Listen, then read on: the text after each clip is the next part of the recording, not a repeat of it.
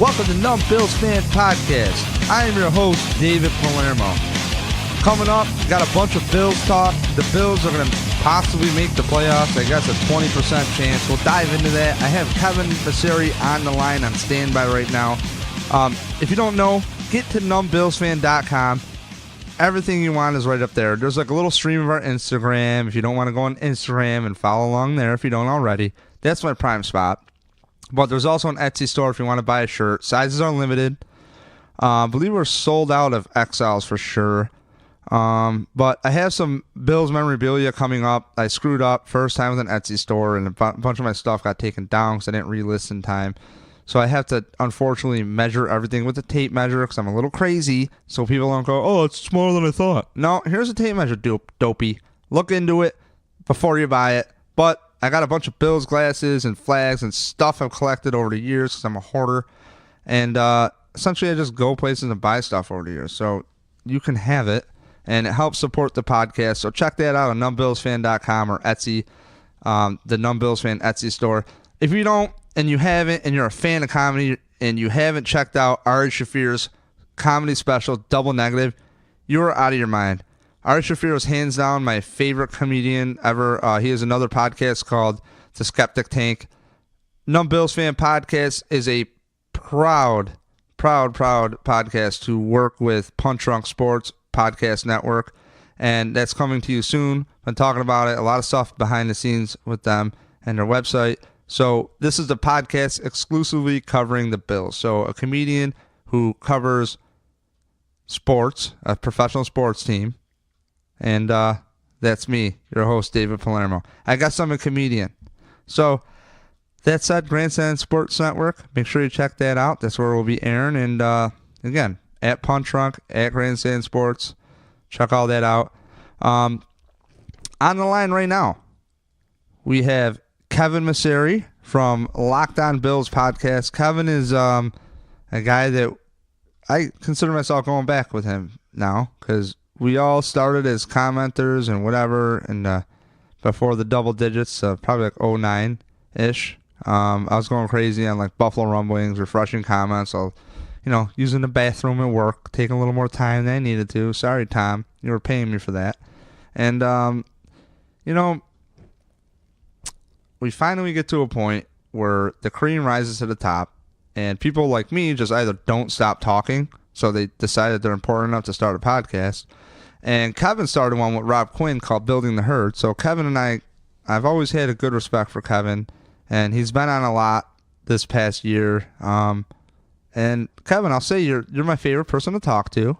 Kind of weird, I know, a little romantic. But what do you got going on Locked On? As always, Dave, thanks for having me on. Always a fan to come on the show.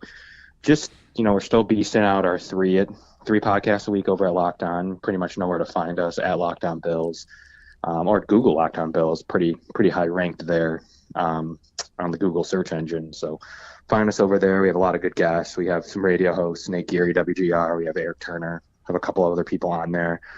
So come check it out. And as always, love doing appearances on other shows. Yeah, don't you get on and out there in Toronto too sometimes? Like on radio stations, don't you call radio? Like, don't they have you on as like a guest?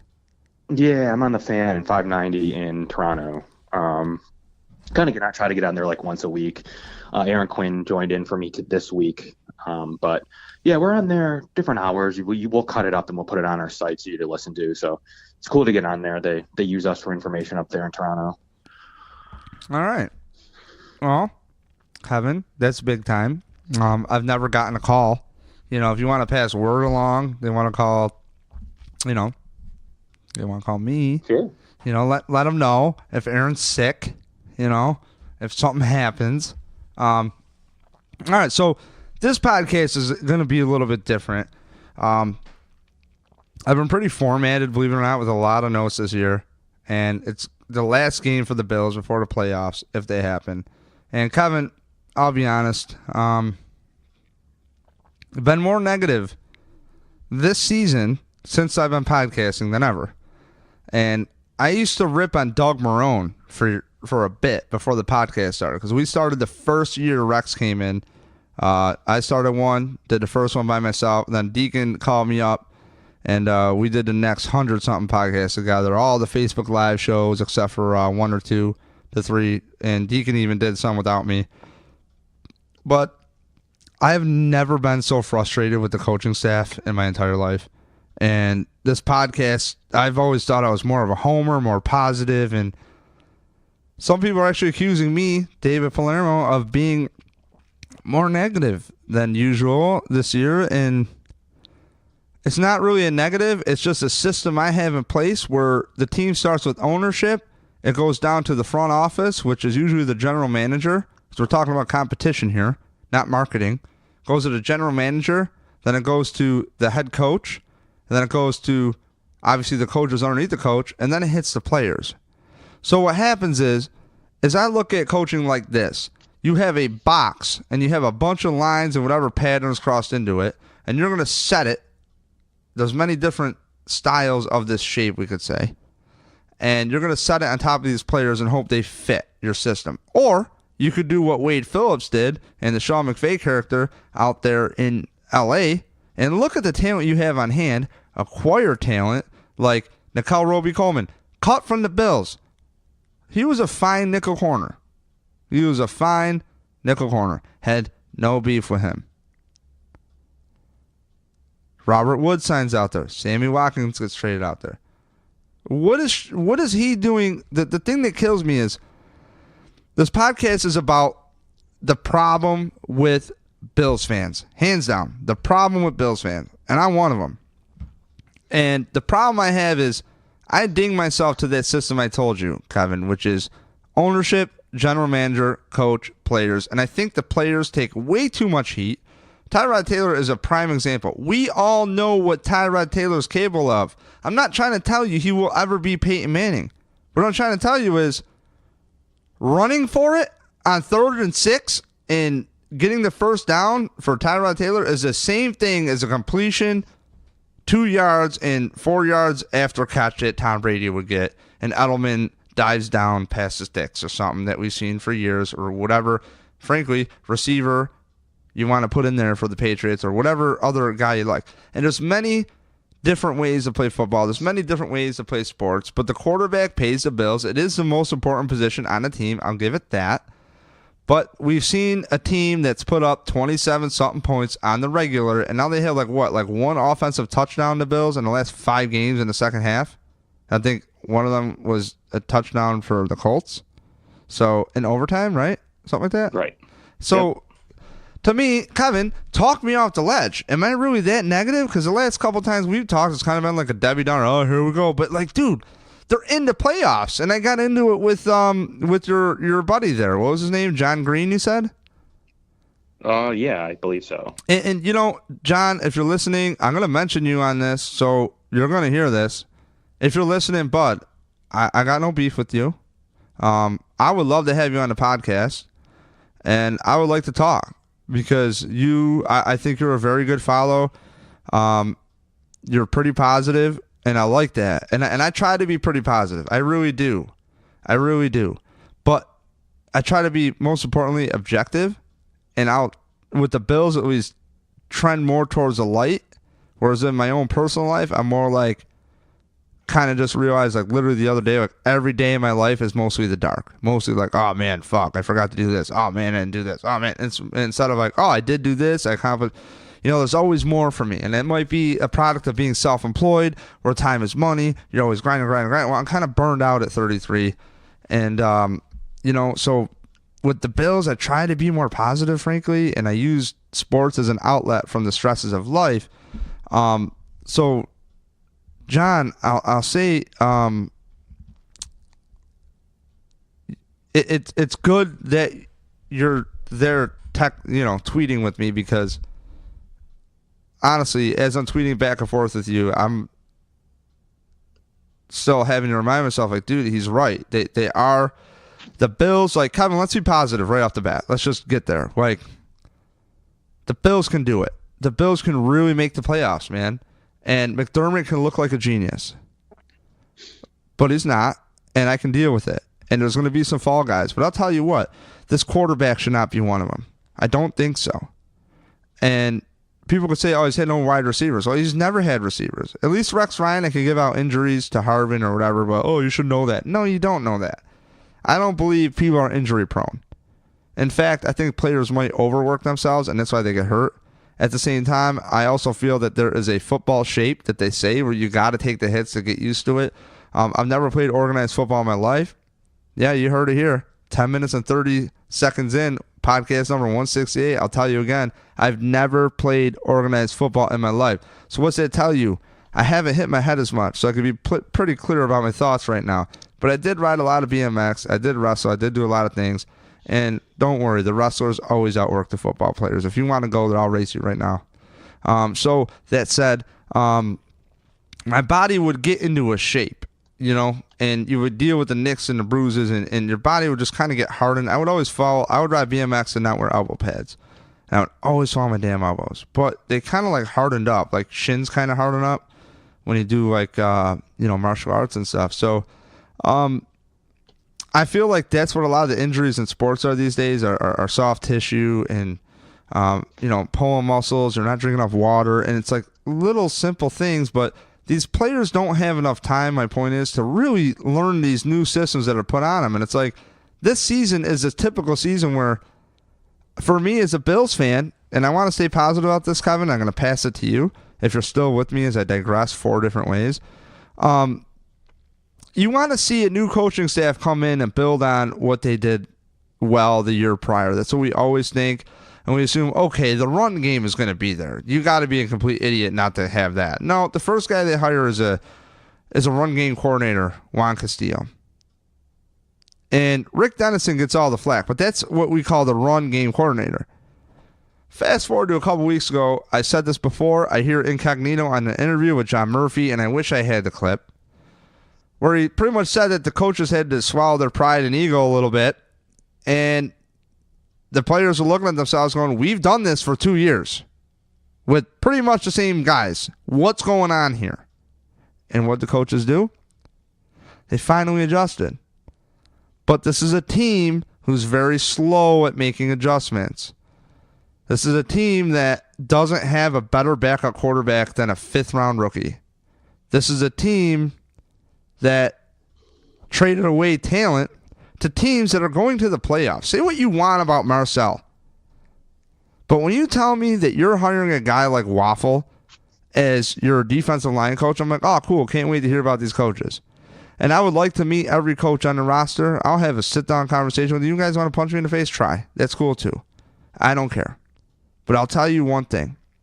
When I hear that you're bringing in this hardline coach and his rep with the Rams is he's some hard-nosed dude, and you got a guy like Marcel that's dealing with fucking family members getting murdered and crime, and you got these guys that are like literally like they grow up in the streets, they their families, and Waffle's been in football for a long time. He ain't stupid. He knows this. And it ain't disrespect to the man because I don't know him. But if the whole MO of this dude is he's a hard ass, that's not the coach I want on my team. I'm sorry. That's not the coach I want on my team. And to all you old school football fans out there, I'm 33, and I'm right at the edge where I was called a retard on the job site daily. I was called a fucking moron. I was called all that shit. And maybe that's why I have a little bit of an attitude. But I was the last of that. You can't talk to people like that. And that dude was on the Rams. He was the Rams coach under that dead, dying duck of Jeff Fisher as a lame duck coach. And a new young kid comes in, and this team wins the division first year. And we got this guy McDermott that, dude, I like what he brings, man. I like his pedigree. I've said how much, go to earlier podcasts of the year, this coach has it. I do believe it. But this offensive coordinator does not. He's gone. It's a given. He is gone. He's got to be gone. If he's not gone, my season tickets are gone. That's it. That's a fucking promise. That's how irritated I am. I'm telling you right now, he's got to go. Defensive line is not performing. Think that guy might need to go too. And you think you're going to bring in this Waffle guy to deal with your $100 million player you just signed less than a couple years ago? And what happens? Oh, you ship him off for a 6th-round pick because that's going to work. And then next thing you know, you got this guy Coleman stepping up that, you sign him back, he steps up, starts in, and he's cut the next week, as in 2 weeks ago. Right? Like, because why? Because you have nothing in the middle. At least you have to game plan for the guy. When we talk about football, we talk about the trenches, we talk about mismatches, and you want to sweat Bill Belichick, you talk about damn game time situational football. And the situational football for the Bills this year has not been that great, to a point where there's like a 4th and 7 or something stupid where I'm like, man, just take the points, and they go for it.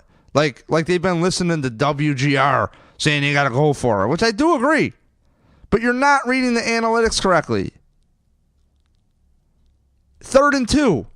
You don't give it to your Hall of Fame running back. You do something stupid. And then you do something stupid after that. Like, anytime that they need, like, just do the simple play, it doesn't mean make a big jumbo form, as Jeremy White would say on WGR or Howard Simon show, because it's real. I love when he says that. All right, guys, bring out the big guys against the big guys, and we're going to tee off, and we're going to really show who's the man.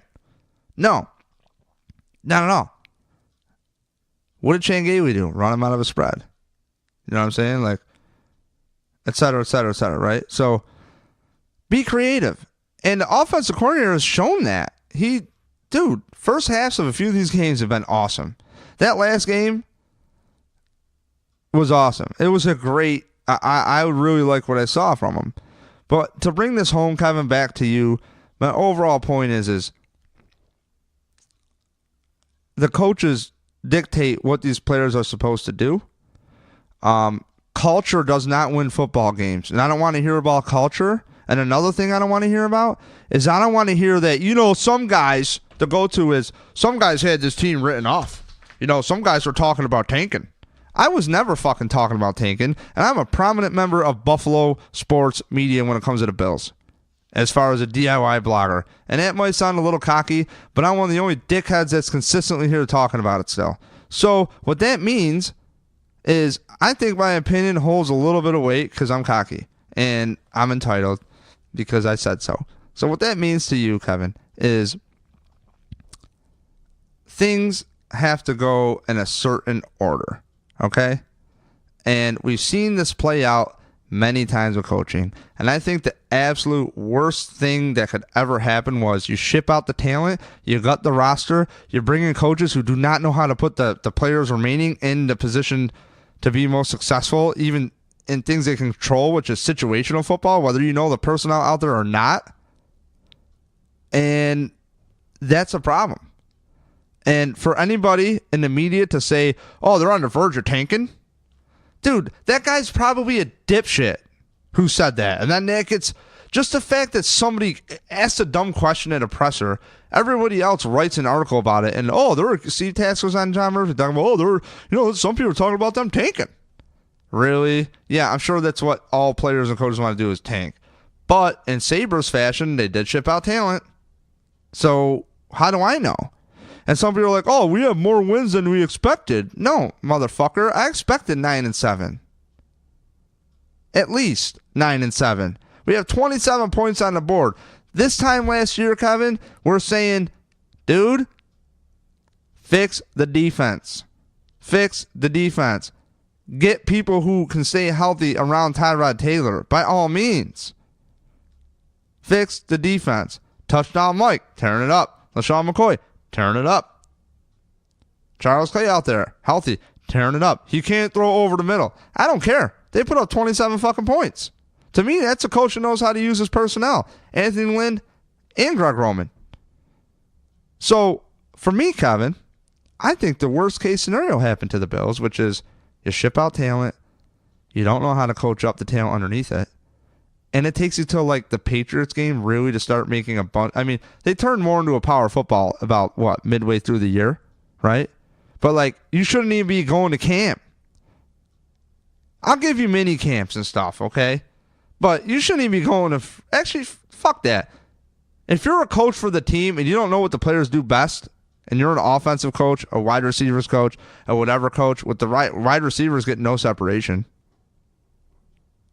So who's that on to? Another rookie wide receiver coach? So East Carolina. So Kevin, that's my rant. Talk me off the ledge. I pretty much ran into me for like 15 minutes. I'm sorry to hold you up. But it's all good. You had a rant to do. I appreciated it. I was listening. is it that bad? You know what I mean? Like, what do we have to look forward to? I think it's somewhere in the middle, Dave. I don't think it's quite as bad as what you kind of feel or think it is. But at the same time, when it comes to like Rick Dennison, you're not going to get me to talk you off the ledge. I think he's been atrocious. You're going to need to get Eric Turner on your show to tell you what he does well and his concepts, which are apparently good concepts from what I've read and seen. They just aren't working with his personnel. He's not putting people in positions to win.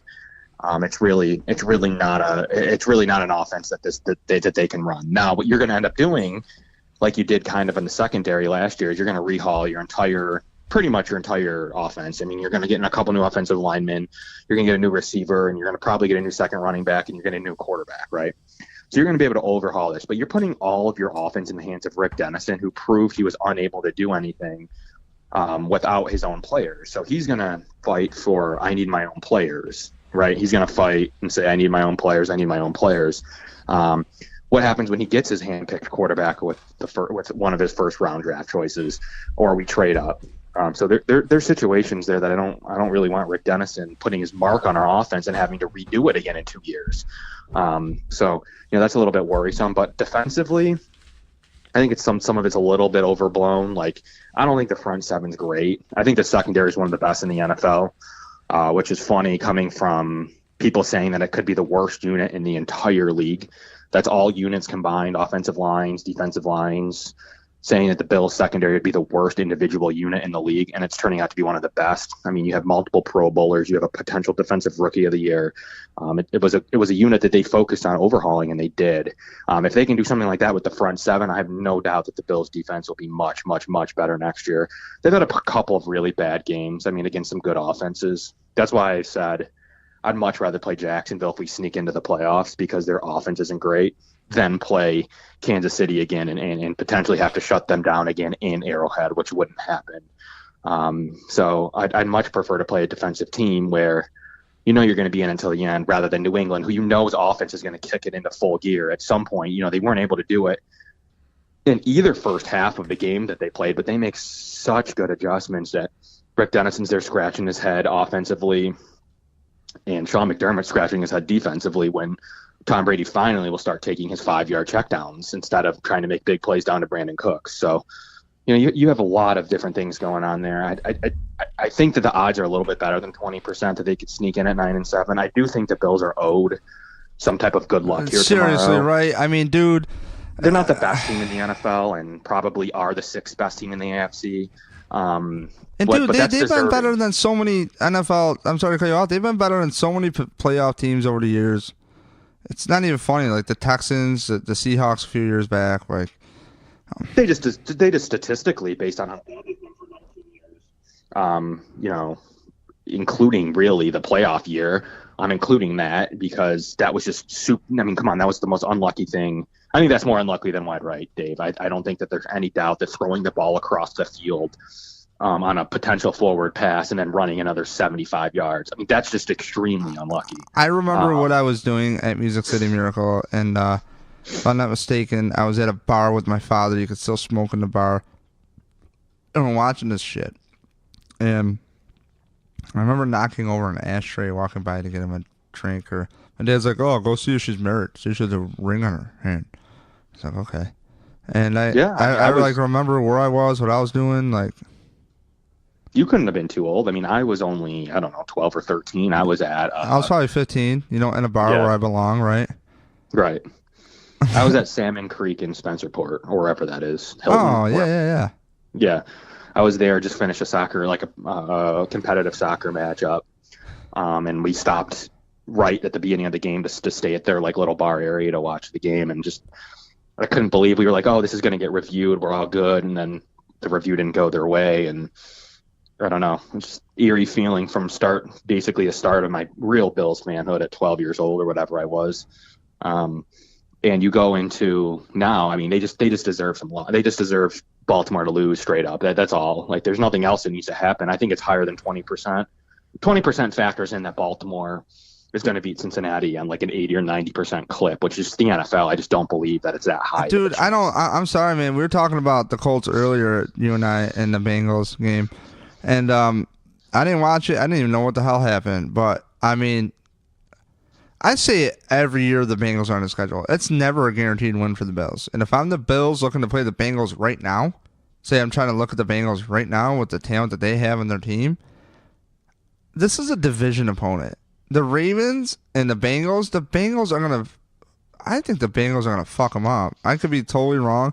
At the same time, I am totally wrong because the Ravens have, the highest scoring offense in the last second half of the league, or second half of the year, I believe. They have like a super high scoring offense right now. So, am I wrong on that? I think they're pretty good. I always hate to play them, especially when it's there. Fortunately for Baltimore, it's in Baltimore. They are missing some key players. Baltimore's offense is still limited. They're missing Macklin tomorrow. I mean, if you look at the Bengals, they're missing Joe Mixon and Jeremy Hill, so pretty much Giovanni Bernard, but he played super well last week. They always have A.J. Green, who can turn a game around. He basically beat the Bills on his own. I don't know. I call it more of a 50-50 game. Any division game at the end of the year, just like the Bills-Miami game to me is a 50-50 game. Just like the Jacksonville-Tennessee division game is a 50-50 game. So, all right. So, I'm going to mark this down. Jacksonville. What do you see with the Jacksonville and the Titans game? I just don't think Tennessee's very good. Yeah, I don't think the Titans are doing shit. I think Jacksonville's defense, Doug Marrone's going to want to go in with a win. He's going to want to feel good. I mean, his offense, he's not sitting anybody really. Come on, man. This is a guy who took that Patriots win and acted like an asshole about it to get the Bills a 9-7 when the Patriots bench people. Doug Marrone's going in there to win. Now, is this in Jacksonville? It is in Jacksonville because they untarped seats for the first time in like 20 years? Yep. Yeah. So that's Titans in Jacksonville. No shit. That should be... It's pretty much a pick-em game according to 538 Sports, meaning that they're saying 50-50. It'd be a lot higher if the Jaguars were playing for something. But, right now they're calling that one a 50-50 game. So I think it's pretty much, I don't know. I think it's pretty much 60-40 Jacksonville, but it's also in Tennessee. So if they're untarping seats, it must be for the wild card game the following week. Really? Yeah. So this game's actually in Nashville. Oh. Damn. As is the Bills game is actually 50-50 as well. At one point Miami was getting a half of a point. So I don't know where that line's moved. And then you have the Cincinnati-Baltimore game, which, they're calling more of a 77 to 23%, 8.5 points Baltimore's getting. They're 8.5 point favorites against Cincinnati, which is crazy. So let's get into this. Bills Dolphins. I think the Bills are... Steve Tasker said something this week on the John Murphy show that had me going, getting me hyped for this game. I'm not going to lie. He's like, let me tell you something. We live in Buffalo. We're all bundled up all year. This is it in a nutshell. And, we would practice outside because we didn't have the field house for $4.95. And, we stay bundled up all the time. And I'll tell you, you get down to Florida, you get off that plane, and it's great. You're showing up to practice in shorts, socks. You know what I mean? Like, you're doing your normal routine, like a normal weather, nice day routine. I think these players are going to be spry. They're going to be loose. I went down personally to a Miami game a couple years ago, and it was the first year with Rex. And hell of a game to be at, man. You had guys healthy like Percy Harvin, McCoy. I think actually got injured in that game. And you had Charles Clay getting that touchdown. I was actually not watching it. I mean, I was watching it on the TV screen, but I wasn't in the stadium yet. It was like a bunch of blocks of screens. It's pretty cool. And, hey, man, I think this team will do some damage on some dry turf. The Bills are a very athletic team. They're going to play so fast. They're going to be so fast. I think I think Miami's going to be in for it. At the same time, Miami's going to be up for it because they practice in that, and you got some dominant dudes. But, again, I thought that there was no way coming off that Patriots-Steelers game that the Patriots would get any breaks in this game, in this Bills game. Like, I was like, no way. They're going to play them tough and da-da-da-da. And what do you know? The whole Calvin Benjamin thing happened, so I don't want to speak too soon on my next point, which is the Bills are due. The Bills are really overdue to get a break. They have never been this close. I mean, Ndamukong Suh needs to get ejected from the game. He needs to get flags thrown on him for his cheap shit. You know what I mean? That's what I'm talking about. Like, we got to get this. The Bills can't beat themselves. What that means is 3rd and 2. Do what you think is the best. Is that a read option? Well, maybe. Is that a screen? Yeah. Can we try a screen to LaShawn McCoy? You know? Can we try that instead of the fullback every time? Right. You know? And it's like the team was humming in the first half. First play, Tolbert gets the ball in the second half, right? I don't think Tolbert touched a rock at all in the first half. They lose yards. Like, they literally, or no, he did touch the ball earlier in the first half, and they lost yards. And it's like, you know, I want to touch on this real quick, Kevin, and finish up with your analysis on this. But on a side note, did you catch the stuff that Tolbert said on Instagram? Yeah, I did. Okay. Tolbert said something really, really nice on Instagram, and the way I took it is I kind of took it like, dude, like, I feel you, but, you know, like, maybe now is not a good time. You know, it's like, essentially his post said, I took it as in like lay off and pretty much like let us play the game. We're the ones putting our life on the line here. And like, dude, I get all that, you know? I get all that. But you got to understand, like, he's trying to say like, hey man, you know, the coach is good. You got a good coach. I'm trying to find the post right now and I can't, of course. I'm trying to kill time talking about it. Like, I can't pause it. And I can't buy that shit. Because this is a guy that I'm sure has played a lot of football. Okay, he's a vet. But, like, you were brought in here for this culture bullshit. And I was a big avid supporter of Tolbert, and I still am if he's used correctly. At the same time, when opportunity presents itself, it doesn't work. And yeah, he said there's a ton of stuff that goes on the football field, which I'm certain you have no idea about. It's every person on the field to do their job for a play to be successful. A lot of times it works, but sometimes it doesn't. For you to be a fanatic, you should cheer for the Bills' best, not bash players that are out bleeding and breaking bones for this game. Also, this head coach is amazing, just an FYI. Just remember that the players that line up across from us are always professionals as well. So before you start a GoFundMe account or say some slick, explicit about how trash someone is, or this is one of the remember you only dreamed about being here and could never do what I nor any NFL player does. God bless. Merry Christmas. I'll tell you what, Kevin. Thank you for reading that off for me so I could just talk over you now. So, dude, look, man, I used to dream about being an athlete. I really did. But I'll tell you what, I could probably, if I put my mind to it, probably get paid doing a hell of a lot of other shit and not have to work my ass off and deal with my head getting hit. And that's no disrespect to the man because I respect the players. That's essentially why I was telling you earlier, like, this podcast, if you start it, owner, GM, coach, players, I do this more for the players because they're essentially the bottom feeders. They are the pieces that you fit the system or you don't. You do what you're told or you don't. Well, coach, I'm better at that.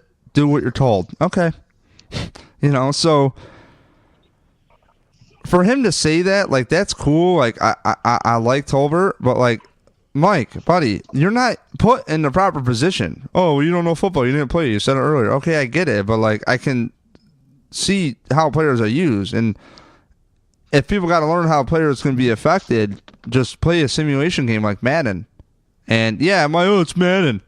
Okay, you're right. The blocking will be better because they're already doing the right thing.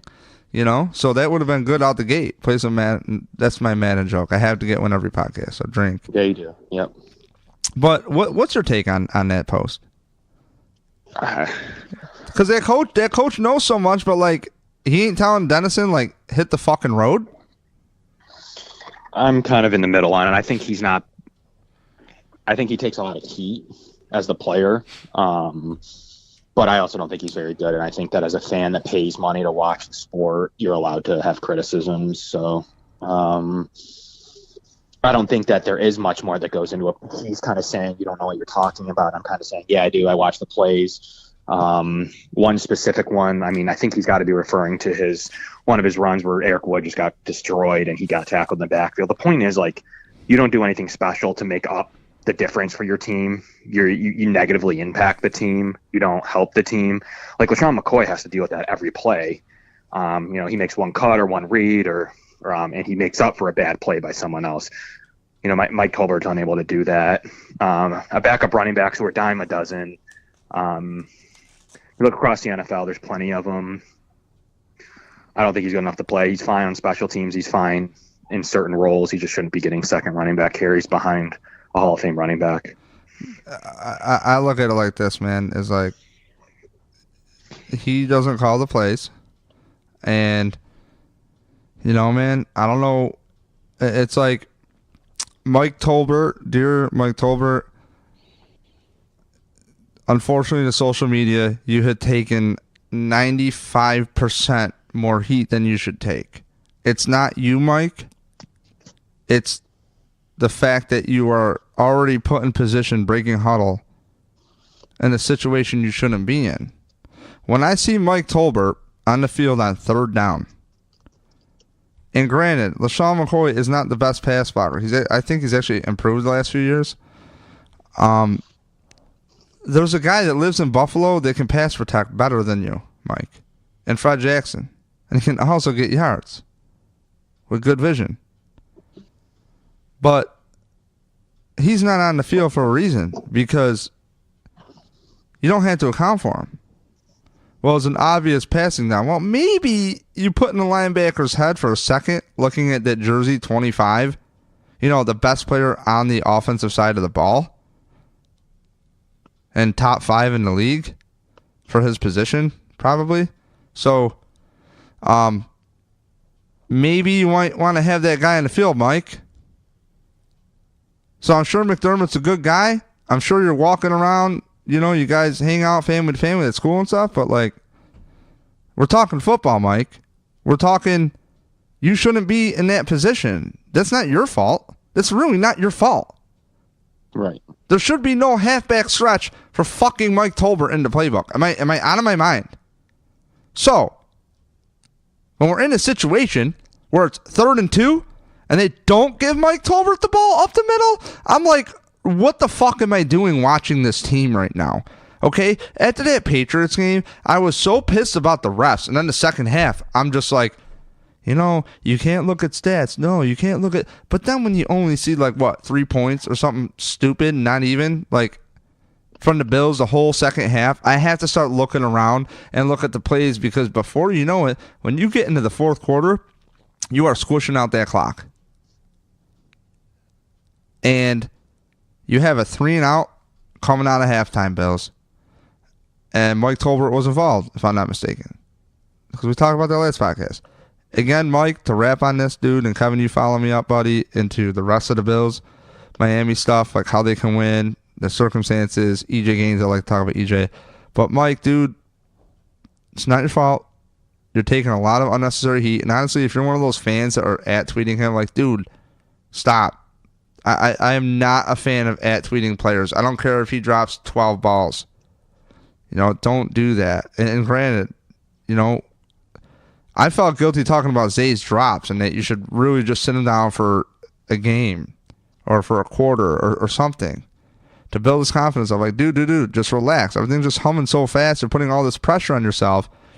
Once your pressure's so high, you can't. I just know this from work, like at least what works for me.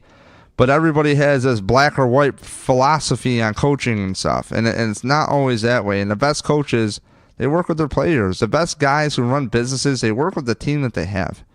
And when Mike Tolbert's not in on a 3rd and 2, when he's not in on a 4th and 1, that's what I'm worried about. Like, that's why he's here, and he's not even in the right position. And he probably has negative yards for the season running the ball this year, I would bet. So it's like, dude, I don't know where to go. Like, how do we even look at Miami? Because I was thinking in the first half, how did the Bills shoot themselves in the foot during the Patriots? Because Brady is finally off.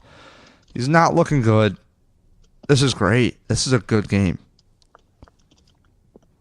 So, how do you look at the Bills? Like, really start with the offense because we're already there. What is Miami really vulnerable with?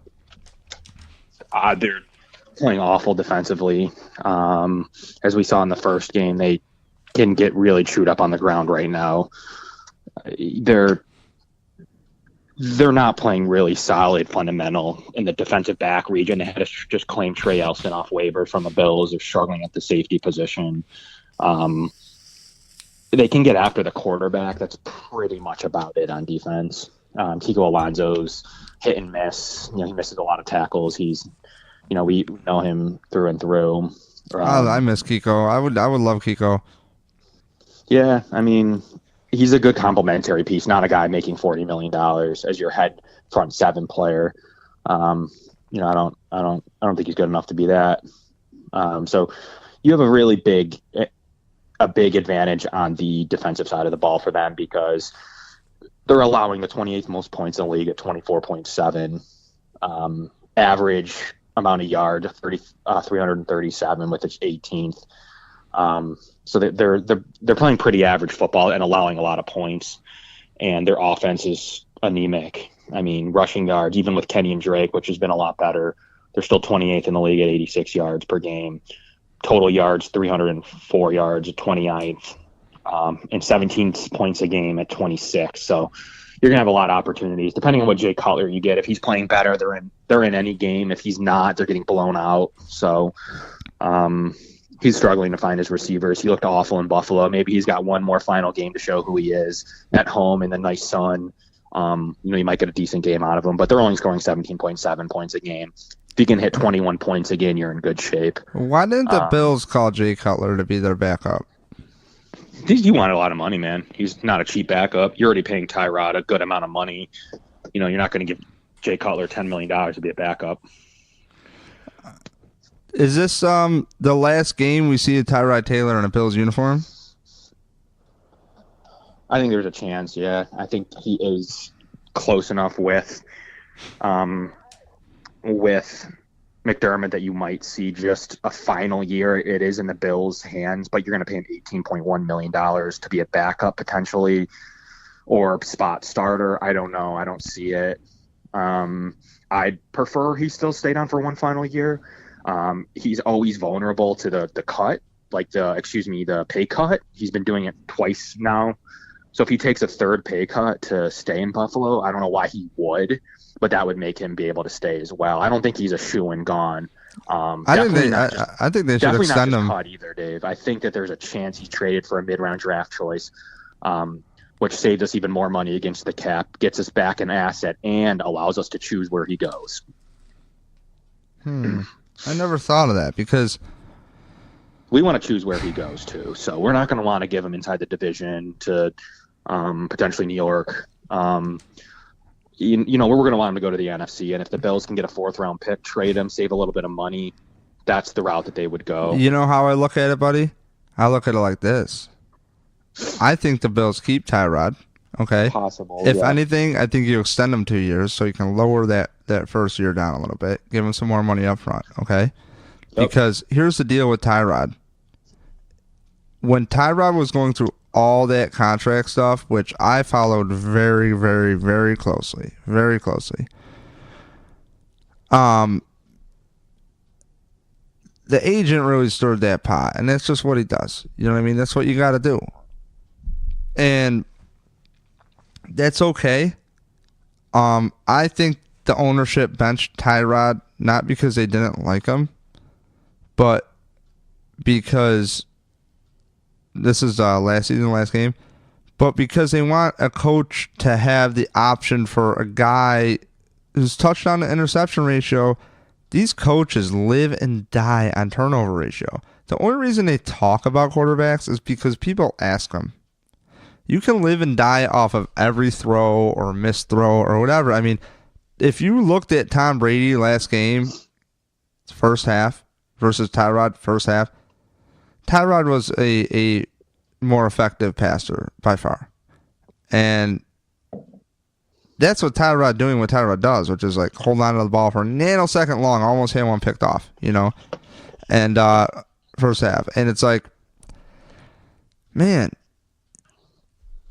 I don't think that it would be crazy if this year the offense just had a mulligan year and Rick Dennison, packs up. Coach goes, hey, look, we have this quarterback in Tyrod. This guy is this is where the Bills fucked up with cutting Fitzpatrick.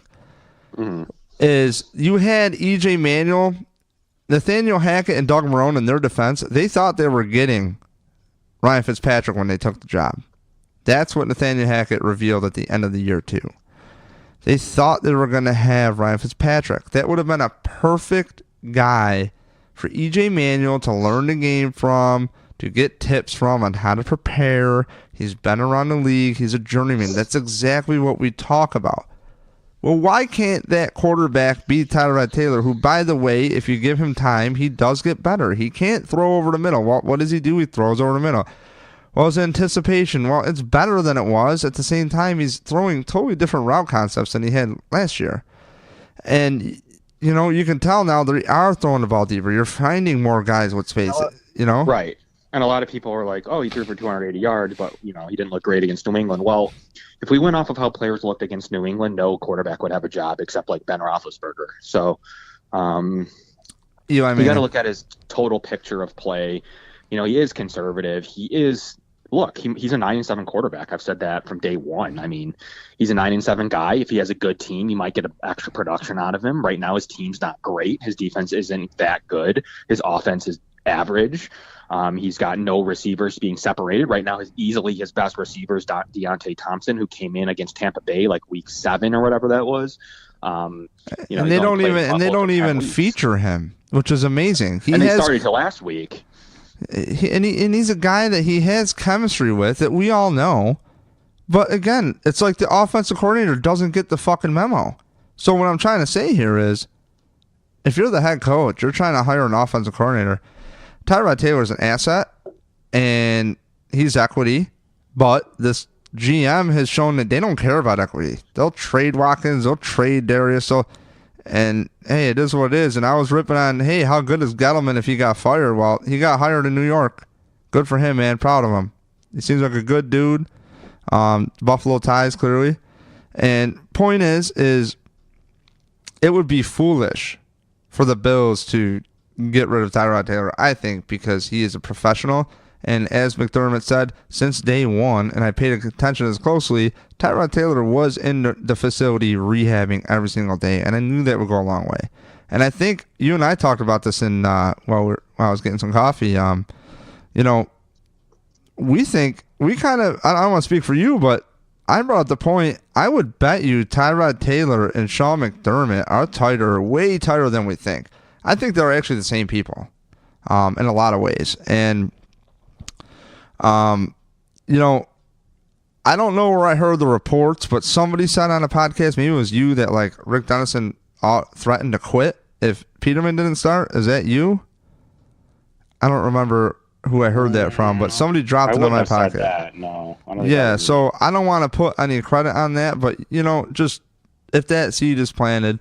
So you don't know who really makes the call on benching Tyrod on the Chargers, and I can't guarantee Tyrod will win that game. He would have looked better, but, unfortunately for Peterman, he was not ready, and his coaching staff needs to see that. So it's like, McDermott has learned, I think, to trust the offensive players. If not, he has no choice because the way Richie talks, man, I don't think he cares. Like, I mean, he loves the team, I think, but like the way he talks, it's a little bit looser than most players. You don't ever talk about your offensive coordinator and having them swallow their pride and ego. I mean, it's nice unless if you had that rapport with them and say Rick comes out and goes, yeah, man, that's cool that we did have to do that. But like right. That could also, to me, be a tell, and I don't want to read too much into it. It's just a loose comment. It could be nothing. It could be nothing. But it could just be a thing where, like, we've heard Dennison kind of talk about Tyrell. Well, he chose that throw, and told her. It's like, oh, okay. Well, who chose this play then, Rick? Who chose that play, Rick? We can't judge play calling if it's not executed. Well, it's not executed because the guy you called to execute the play is not capable of executing that play. So you fucked up. Point is I almost wonder if there's almost, like, from what I'm getting from the offensive players, is these offensive players are together. Like, they're a unit. They're a really tight group. And I think Tyrod Taylor goes with that core with McCoy. I think that's with Clay as well. I think with these guys, it's just a thing, man. Richie Incognito and McCoy, they're buds. You can just see it. You know what I mean? Get on social media. They all have a good time, and I think that's cool, man. Like, Eric Wood is like the heart of that line, and it's like, and some people say his play's falling off a little bit, and it sucks, but like, that's what happens. Same time, people have good games, bad games, but he's also very smart. He makes a lot of adjustments, and for those guys that get together and tell the coaches, like, no, we're going to do our thing, like, they had to put their money where their mouth was, and they did it. And they executed. And the Bills, at least last week, before the Pats game, was ranked number 6 in the rushing. So that's not bad, but they're dead last in passing. And you know what? A lot of that is on Tyrod, too. I can't get off that. But, I mean, we've seen things work with Tyrod, like Tyrod using his legs, Tyrod doing whatever. But what are you trying to do is, this guy can't anticipate. So instead of building an offense around him and rolling him out, you don't do that anymore. And then when you do want to call something, you call some cute play to a screen to a fullback. Like, that's the call? Like, how about a hot guy like McCoy who's already ran for X amount of carries? How about Tyrod, who's already looked over his defense and paid attention and been out there for every play on what the tendencies of each player is doing? And David Lee, the quarterback's coach, says that Tyrod Taylor has a photographic memory. Now, I don't know if I do or not, but I was told I might, because as a kid, I used to draw in class. I hated taking notes off the overhead. And then I remember a principal watching the class, and I didn't give a fuck. I was pretty insubordinate as a kid. And I was like, he's like, why aren't you doing that? Teacher, I go, because I don't learn that way. Because I could tell you drawing these bricks what we talked about. If I just write that off the overhead, what I'm going to do is scan all these documents along with 6 other classes of notes of handwriting off an overhead. Like, something's got to give. It just didn't work for me. So it's kind of, if I'm making any sense here, Kevin. Well, how about we talk about the Bills being 30th in the league in pass defense, in run defense? Like, that's anemic. That's terrible. Like, you shouldn't be in this playoff race allowing 126 yards of rushing offense per game. Like, I mean, that's terrible. So they are lucky to be around here. Some of their turnovers have helped out. They play pretty decent pass defense. They are slightly keeping them off the board a little bit. I mean, their numbers would be a lot better if it wasn't for a few blowouts. The defense hasn't been very good. The front seven in particular hasn't been very good. I would have kept Darius just this last year. I don't think you needed to rush to trade him. I think you could have traded him this offseason and had the same dead cap number. Mm-hmm. So you might as well have gotten the production out of him this year. To me, the team was playing a little bit better defensively. Not a lot better, but a little bit better defensively with him. So even if you wanted to move on from him this offseason, I think that would have been okay. But they rushed at a chance to get a 5th-round pick because Jacksonville made the playoffs, so that pick goes to the 5th from the 6th-round pick. So it is a little bit better, but I still would have traded him this offseason just for a 5th-round pick straight up. So would have liked to have his production for the final push here. But they felt the need to save a little bit of money now and get the trade done with, which goes to show me they're going to spend big money on defensive tackle. I don't know much about this offseason, Dave, but I think you can say they're going to put $10 million into a defensive tackle in free agency, most likely Starla Tuale from Carolina if he's available. All right, so I'll tell you what, too, on the defense side of the ball, it's like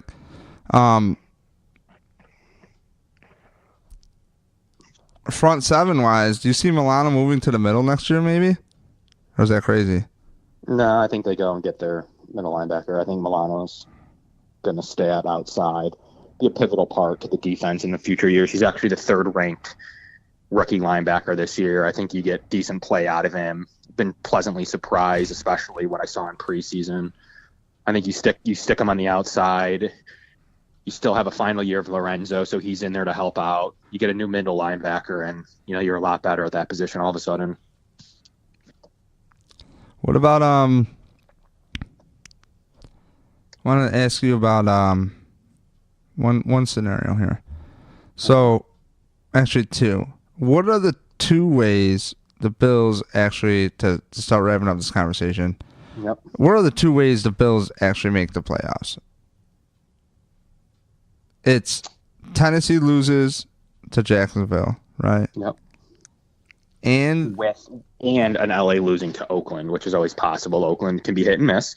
You never know what Derek Carr's able to do in his final game. So you need both of those to happen in their end, regardless of Baltimore. Or you need Baltimore to just drop to Cincinnati, and it doesn't matter about either of those two games. So you get in as the 6th seed in either of those two scenarios. As the 5 seed, you need two things to happen. You need Baltimore and Tennessee to lose to get the 5 seed, which would mean you go to Arrowhead instead of Jacksonville. So that's how you get the 5 seed. The only way at that point, the second Baltimore loses, Dave, the LA game no longer matters. The LA game, if Baltimore's getting blown out or the game looks like it's going to go Cincinnati's way, you can officially not care about LA anymore. They're eliminated with a Baltimore loss. Super weird, but they're eliminated with a Baltimore loss. Then all you're watching is the Tennessee game, and you're either rooting for or against Tennessee at that point, depending on who you want to play in the playoffs. So it could get super interesting as they're all finishing at the same time. If you want to be the 6th seed, then you want to play Jacksonville, then you want Tennessee to win if Baltimore loses. So it just really depends on how the games are going. If I do anticipate, one thing I talked about on my show last night that I'd get out here is that you can't tell me for 1 minute in the third quarter that players aren't getting phoned in plays and scores and what's going on across the NFL. LaShawn McCoy admitted to it. So with that being said, you can't I said this yesterday. All the games could go the Bills' way, or they're all going to go against the Bills. I don't think it's going to be a combination. LA could get phoned in the third quarter that Tennessee is blowing out Jacksonville. Well, that eliminates LA as well. So a Tennessee win or a Baltimore loss eliminates LA. So they're actually, to me, in worse shape than the Bills, although percentage-wise, a lot of people think that they're better, mainly because they don't think Baltimore loses. That's really why. So LA will have a little bit better odds because no one thinks Baltimore's going to lose to Cincinnati, which is stupid. But they're going to get phoned in. Hey, LA, all of a sudden, you're done. Baltimore's getting crushed or Tennessee's crushing Jacksonville. Philip Rivers isn't going to go out there and give a shit in the third and fourth quarter. He's not going to care. He's done. The season's done. You just got told pretty much your season's done. So they're going to end up crumbling in their game against Oakland. And the same thing could happen to Tennessee, where other games are going different ways. What puts Baltimore in a unique spot, though, is that they're in most scenarios, even with a loss, like 95%. So even if Baltimore loses, they're in. So, who knows how hard they even try, knowing that they're pretty much in. If the game's not going their way and they get phoned in that Tennessee's losing, well, that clinches Baltimore anyways, regardless of their game. So if Tennessee's getting crushed, Baltimore finds out at third quarter that that's happening, Dave, you tell me what you would do if you were a player on the field. Tennessee's getting crushed, you just clinch the playoffs anyways. I don't know. How hard are you going to try? I don't know. Maybe you try super hard. Dude, I'll tell you what, man. I don't want to jinx myself. I don't really get injured in sports or anything much. And I think that's because, I hear Kyle Williams talk and other people talk, Eric Wood. And they say, still give it your all? Like, I really do, dude. I always do. Even if we're getting blown out, like, I've had hockey games, men's hockey, man, dude, maybe I have like small man syndrome, but we can have a running clock which we got to get stopped this last session. Right. How good our team is. We had a running clock and down 7 goals, and there was like 30 seconds left, and I'm out there. I'm fucking trying. I'm absolutely trying because I always look at it like I could play hockey for the rest of my life. There will always be a league for me, so I want to get better. I want to try something, even if I don't have the puck and I backtrack and take the right angle. At least I know next time maybe I'll try favoring this side a little bit more, or there's always something to sharpen up. Yeah, but you're learning though. You always want to play hockey. It's a hobby. It's a passion. That's what you want to do. Look at it from their point of view. They're already there. They're already pros. They're already getting paid millions. They've already clinched the playoffs. How can you mentally? You know you're going to get another season. Most players, at least. We're talking about the elite players, Dave. I'm not talking about the backup safety who's now in the game. Of course he's going to give it his all. I'm talking about Joe Flacco getting paged in that they just clinched the playoffs. Do you think he goes out there and does anything? No, I don't. Kevin, I don't know, man. It's been years, and it's weird because to bookend this podcast with how we started, it's like I want to talk to you because we've been talking all season, and you and I have had a long season, Kevin. We had the opportunity of doing training camp together, and it was really cool, and got to get ourselves in the field and see what it's like to really work and be credentialed or whatever, and that's cool. Like there's other guys out there, Roster Sports Network guys that we know, Matthew Fairburn, all those guys, man, and everybody out there is working. And it is cool because you get to network and actually see people. And I remember Tyrod Taylor running up behind me. I almost ended his career on accident while he's on his cleats, running on the cement.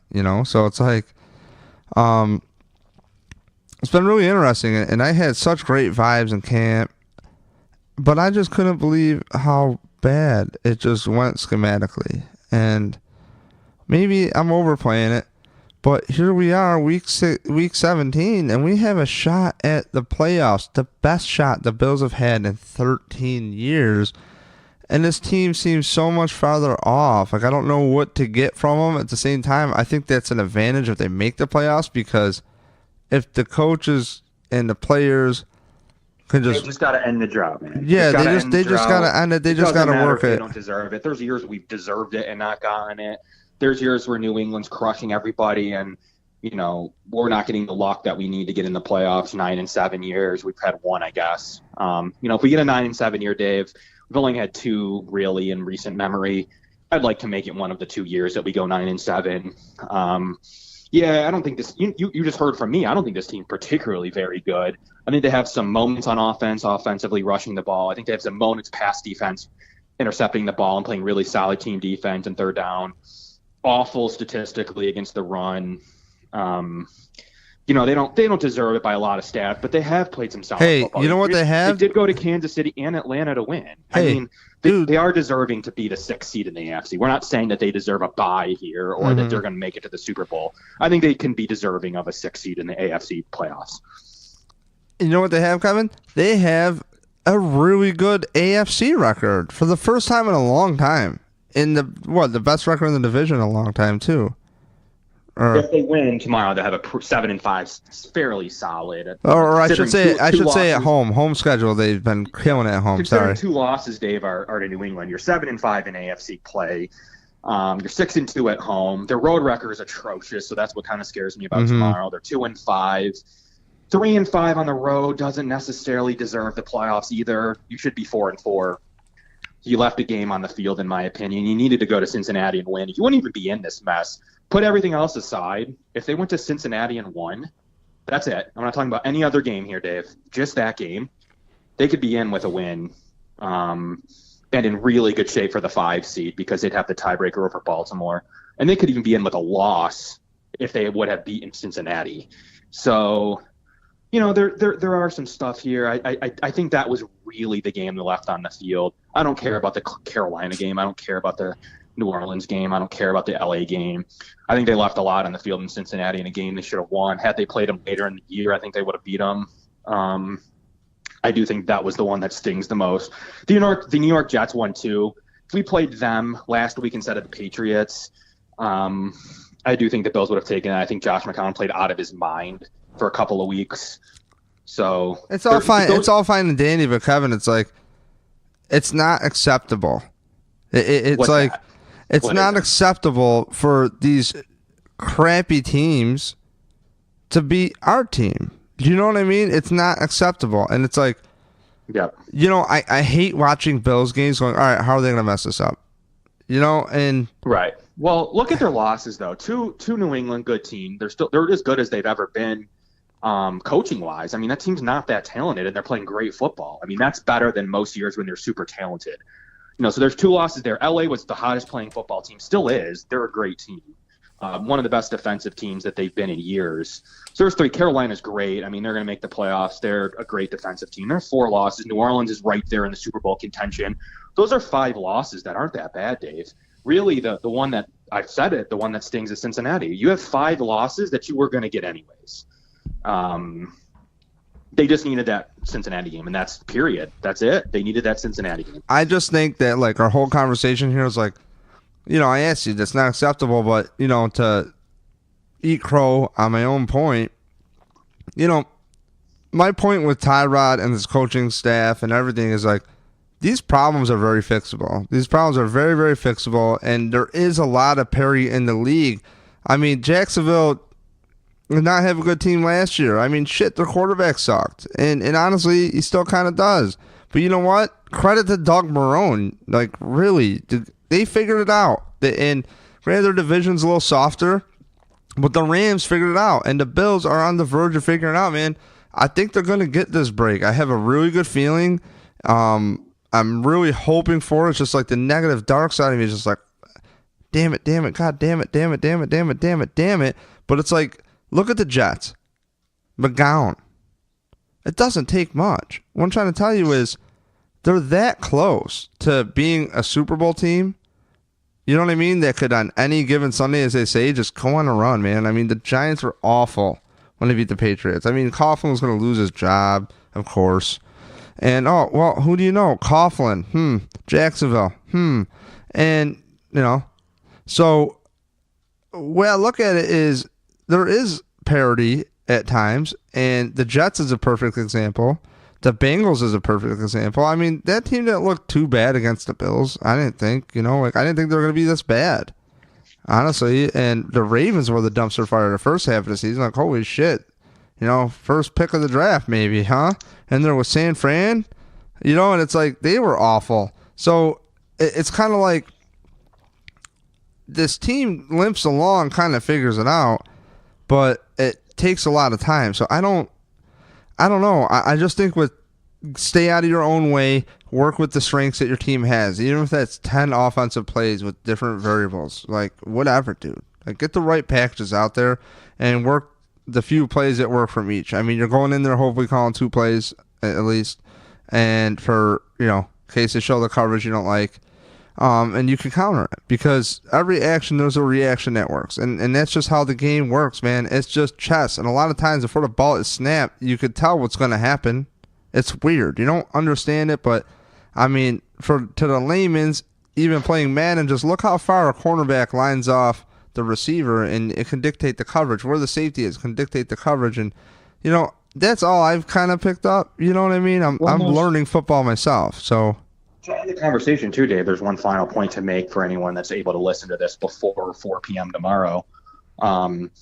That the Dolphins are looking forward to playing David Fales, their backup quarterback, tomorrow, replacing Jay Cutler, saying that he was getting first-team reps and that he's going to at least get the second half of the game, maybe earlier if the Bills go out to an early lead. So there's that report out there. What's his name? David Fales? Yeah. Their third-string quarterback. Matt Moore's hurt, so he's now their second-string quarterback. But they want to see if he can back up Ryan Tannehill next year, as they don't anticipate having Cutler or Matt Moore. So they're trying to see if Fales can be their number 2. So that's a big note to note that really, unless it's a super close game, I would expect to see a lot of Fales for a lot of the game tomorrow. So like you said, maybe the odds will be in the Bills' favor to pull this one out. and get one game to go their way in Baltimore, or two games to go their way with Tennessee and Oakland, or two games to go their way with Tennessee and Baltimore to give them the 5 seed, which would mean there's a home playoff possibility if they beat New England and Kansas City. So there's possibilities out there. It'll be fun. I want this drought over so we can talk about other stuff, that McDermott was able to end the drought with 1 year at 9-7, and the team's in great shape and has 5 draft picks. I'd much rather talk about that than the team being 8-8 like normal. Hell yeah! And next year, or 9-7 and not making it because Peterman started. So I just want this to end. I don't care if they don't look great in their wild card game. I want it to end. I want it to end tomorrow for everybody to finally get this off their shoulder and have a shot at winning football against Kansas City or Jacksonville. Look, the Bills, no matter what, set themselves up next year. Yep. For whatever they want to manipulate me to get money back out of my pocket to get to the game. They have a lot of firepower, dude. And you could sell me on anything. But I will tell you, every year around week 15 or week 16 to 17, I look back and I go, okay, this is my hardline judgment. This is the best, most prime time. I don't think we know this team better than ever than right now, Kevin, in the season, okay? And after tomorrow, we'll know even better. But I'm telling you right now, dude, there is no chance that, this coordinator's back. There is no chance I trust him with a quarterback. There is no chance you could package me up with any quarterback to him.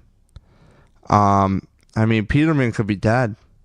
Peterman could be left for dead. He could be ruined already, And you have all that bad habits to unwind.